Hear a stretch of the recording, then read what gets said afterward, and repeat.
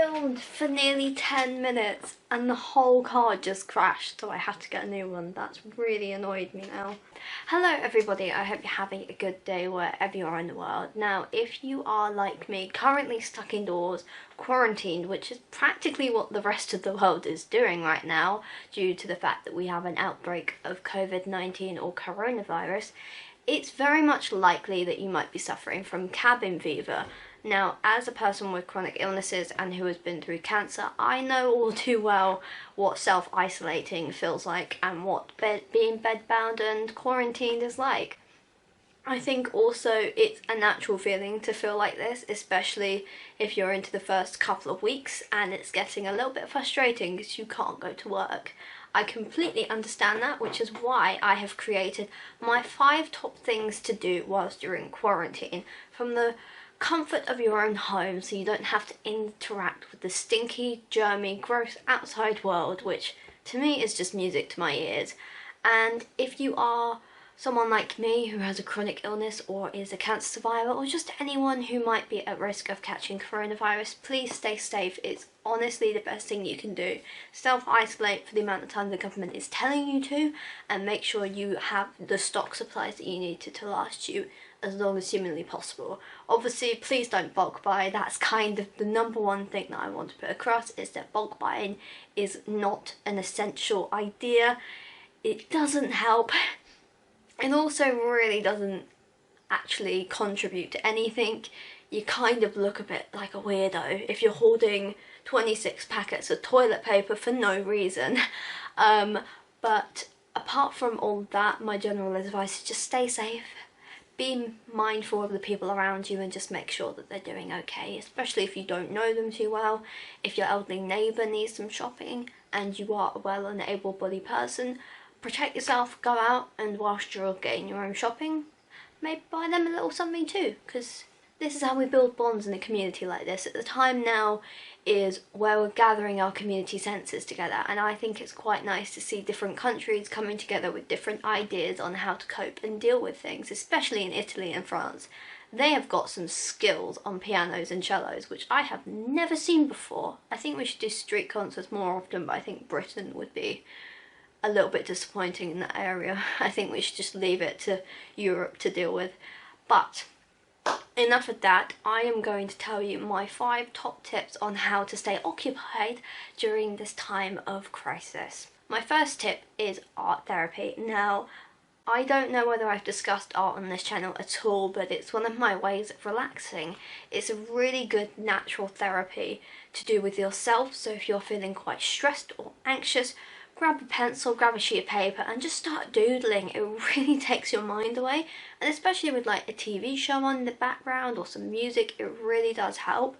And recently I have been getting into doing watercolours and also pen art. I have some Spectrum Noir pens over there, which yes are on the pricey side, but if you do shop around you can find some equivalents that are very cheap anyway, that do exactly the same job.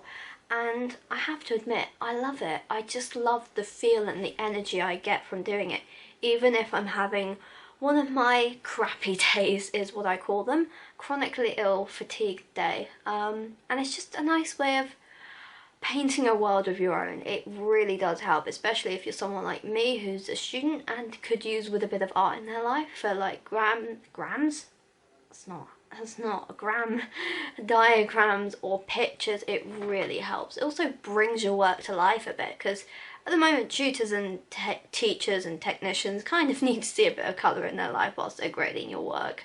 So that is my first piece of advice. My second tip, now this only applies if you actually have to do it, but working. So if you are someone who can stay at home and work, that's great. Stay at home and work. You are at less of a contact risk to contracting COVID-19 than you are if you are outside and about. Now obviously, to different people the implications can be a bit different. So for students, we are obviously having to study at home and make use of our devices like laptops.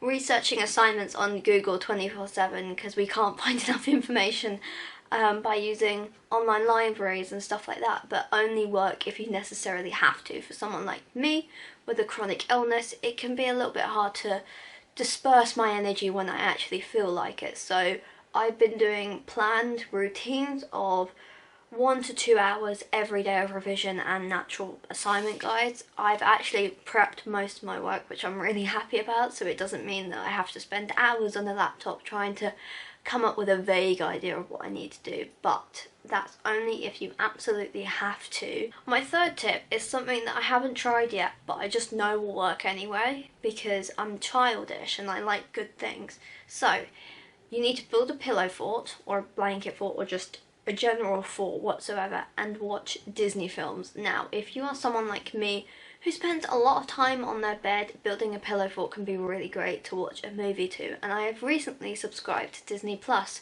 and let me tell you, I've never enjoyed something more in my life than Netflix and Amazon Prime combined together, because Disney Plus just had everything in one place.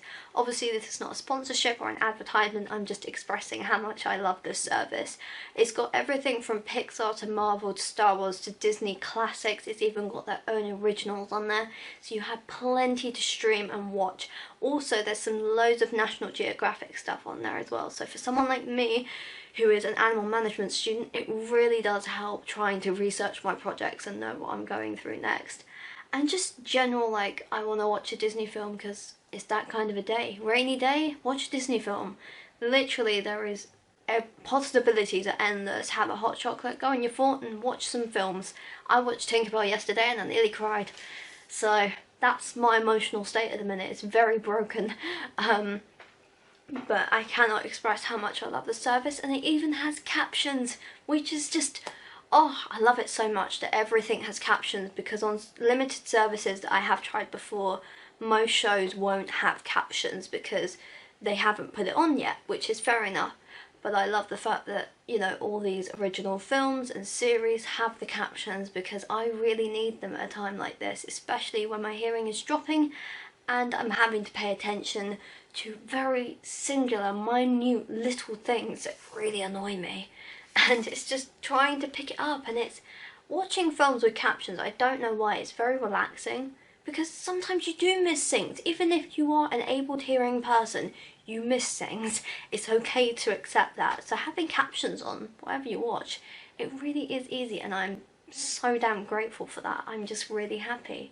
And I love it, and it's going to help a lot of people as well in the long run to watch Disney films, because it doesn't mean I have to buy a DVD anymore, which would cost me more than the actual subscription, which is just, music to my ears.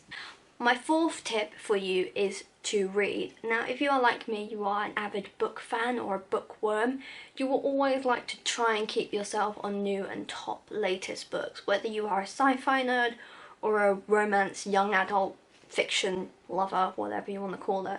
I have an array of books here that I just rearranged today, because I realised that there were so many books that I hadn't read yet, and what I love is just going through old books. I love the original series of Sherlock Holmes. I just absolutely love it. It takes me forever to read, but I do love the storylines. I love the way it's written, and Sir Arthur Conan Doyle was just too good for his times. But you know, always go online, read book reviews. There was also online libraries that, you know, go to your local library's website, you can download a PDF of the book on there, and pretty much that's yours to keep, I'm certain. But it can also help in this time as well, Kindles. I'm trying to think of examples off the top of my head, it's not working, but just reading anything, as long as you're coming away from the world of social media for a very long time, it does feel reigniting your soul, because you're not reading the same nonsense every day. You're not seeing someone bulk buying 26 rolls of toilet roll because they feel like they need it, or a whole box of hand sanitizers because they thought it was a good deal. It actually brings you into the present. Like, you could just read anything. I mean, I had Percy Jackson books from when I was 10 years old, and I've only read 4 of them, I'm pretty sure, and I don't remember a single one. So I'm going to get reading, and hopefully at some point maybe I can do a book review, because at this point in time the world needs a little joy, it needs a little fantasy, it needs something that excites you rather than depresses you, and coming away from any form of technology can really help that.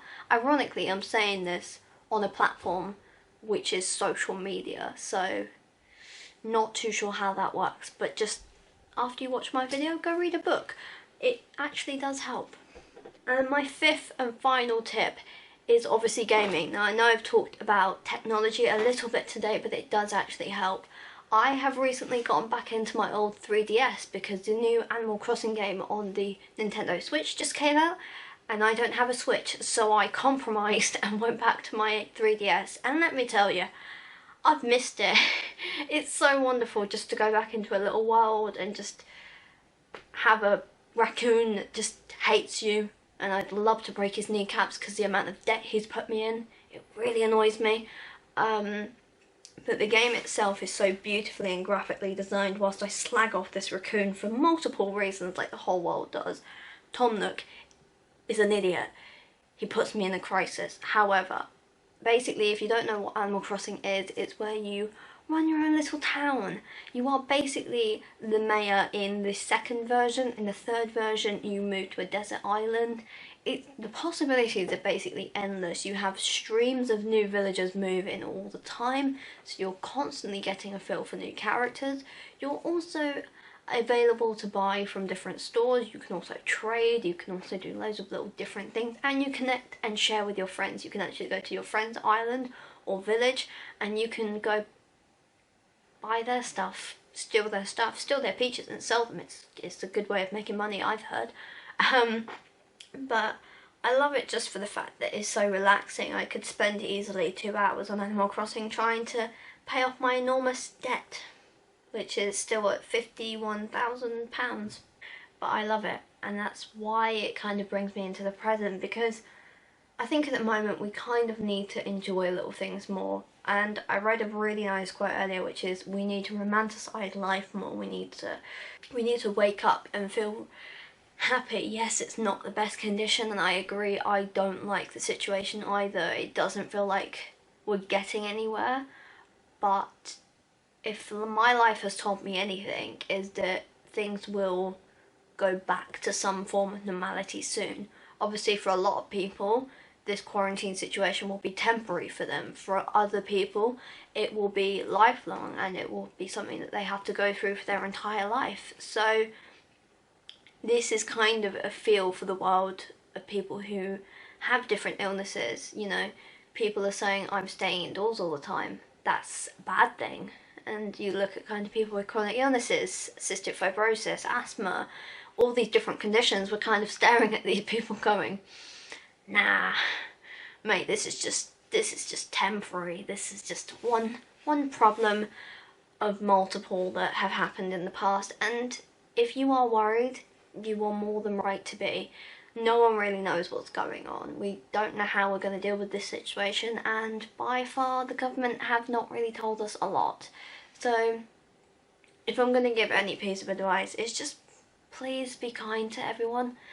I know that, you know, countries are divided over toilet rolls. What is the thing with toilet rolls? I don't understand it. And, you know, we are divided over tiny things.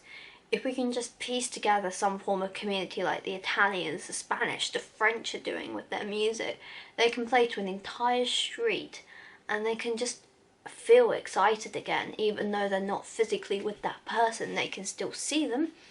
But I think what we need to be is be responsible. If we do say something that's out of line or out of context, we still need to take appreciation that someone noticed and told us. And I think at the moment we need to kind of make sure that we're doing the right things for the environment, for community and for people, because obviously this situation is going to change at some point, but we don't know when. So please be mindful of the people who have to stay indoors for multitudes of reasons, whether you are an employer or whether you are a college or a school or just anyone. People like me need to stay indoors to try and almost shelter from a disease that could potentially kill us. We also need to be mindful of the elderly. They could be living alone and they could have more depression than they usually have. We need to be mindful that bulk buying things is not a good idea. We need to be mindful that shopkeepers are run off their feet, postmen, delivery drivers, people who are delivering your food to your door because it's convenient. Yes, these are all good things, but you need to kind of appreciate the services behind that. yes, the NHS is getting a lot of recognition right now, and I absolutely applaud that because they are doing a good job. We also need to be mindful of other services like fire and police. You know, they need the recognition as well. So if we're going to do anything, we need to be a community, and we need to make sure that everyone is supported and everyone is loved and everyone knows where to go if they need help.